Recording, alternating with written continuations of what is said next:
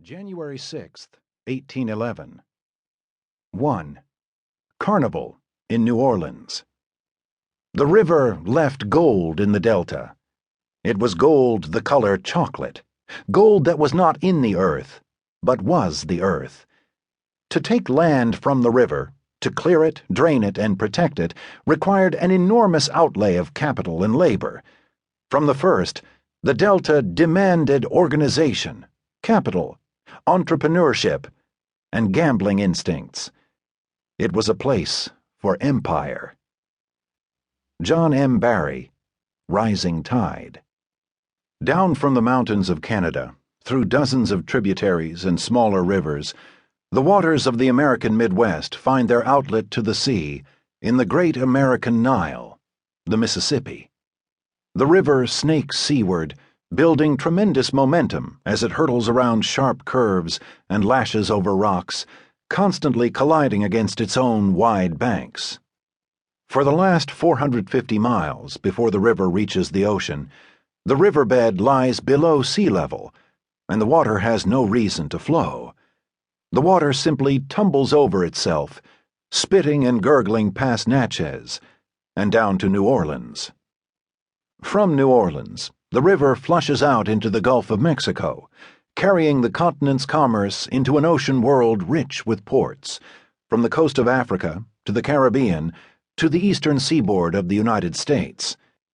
Situated at the mouth of the river, New Orleans is the prime entrepot of the American Midwest.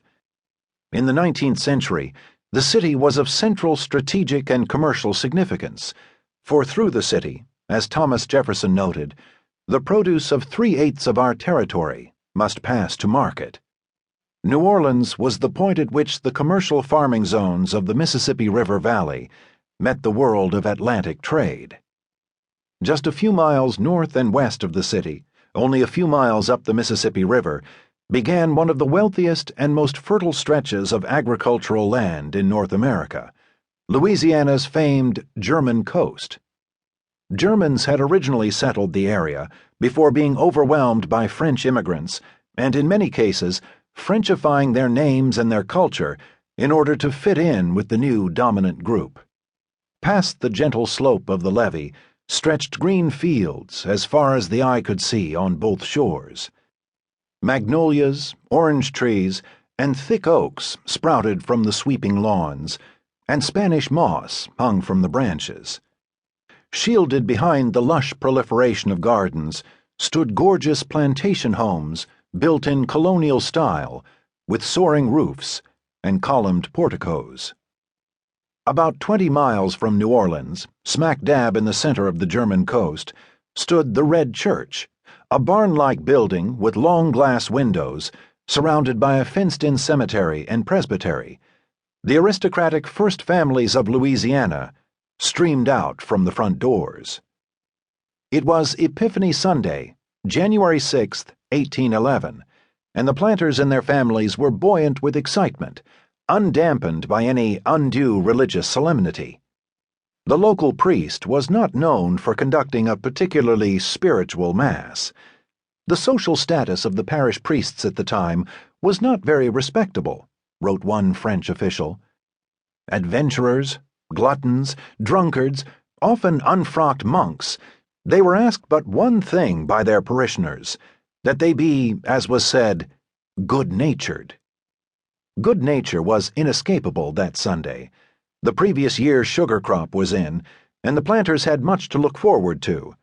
Epiphany marked the beginning of a month-long carnival season. Until its ritual ending at Mardi Gras, all-night parties, mixed-race balls, and constant gambling would occupy the planters' lives. The local French newspaper, L'Ami des Lois, noted plans for an opera and ball at the end of January, and advertised the services of a French-trained dancing master from Haiti and a Parisian hairdresser eager to help the planters and their wives survive the hectic social calendar. Conversations abounded with joy and optimism as the citizens celebrated the unprecedented success of the 1810 harvest. Several planters, dressed in gloves, hats, and cravats, strolled toward the plantation of Jean-Noël Destréhan, a slender Frenchman with